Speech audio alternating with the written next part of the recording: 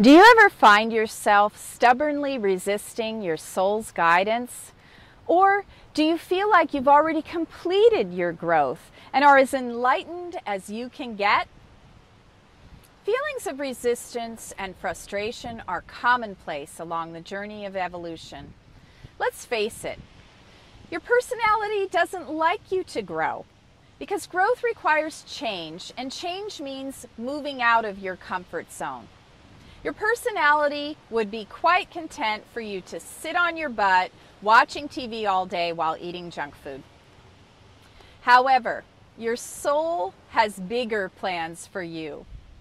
Some people are avoiding awakening to their spiritual paths completely, just moving through life on the material plane exclusively, ignoring or denying their soul's guidance or even its very existence. These people often appear quite content with their lives when in truth they are stacking up karmic lessons right and left wherever they go as a result of their oblivious behavior.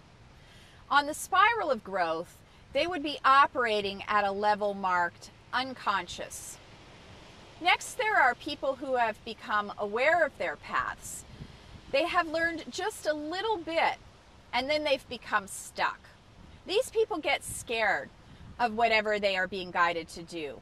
Maybe their lessons seem too painful or too daunting, so they just stop themselves from moving forward anymore and refuse to grow. This is a level that would be marked awakening.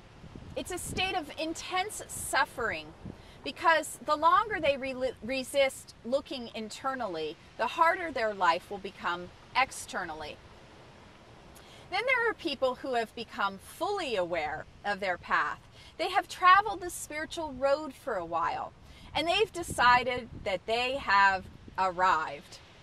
These folks have put on their expert hat and are confident they know all there is to know. Unfortunately, this is just a layer of ego in action, afraid to move deeper into the as yet unknown. This illusion of finished causes them to plateau, to stop growing. Some people can maintain this fantasy for a while until their soul starts throwing their books in their face. This can happen to anyone labeled awakened.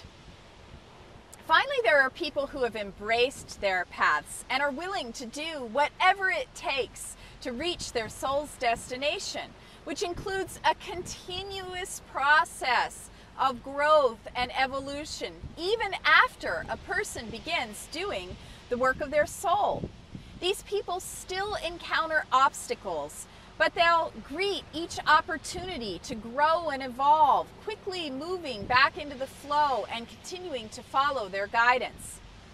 This is a level of awakened that will quickly move to include joy, flow, and ease. Where are you on your own soul's journey? Are you on course or off course? Following your soul's path or resisting? Be willing to take a good look at yourself. If you reflect on people in your life, you will be able to distinguish those who are as yet unconscious, those who are avoiding, denying, or afraid of their destiny, those who've stopped on a plateau, and those who fully embrace the journey and are moving into alignment with their own destiny. When a soul chooses to incarnate in human form, it is giving itself over in part to the vessel in which it chooses to reside. Each human vessel contains its own unique personality, led by the ego, which often seems to have a mind of its own. In other words, your ego-based personality will often want you to make choices that would not support you to fulfill your soul's destiny.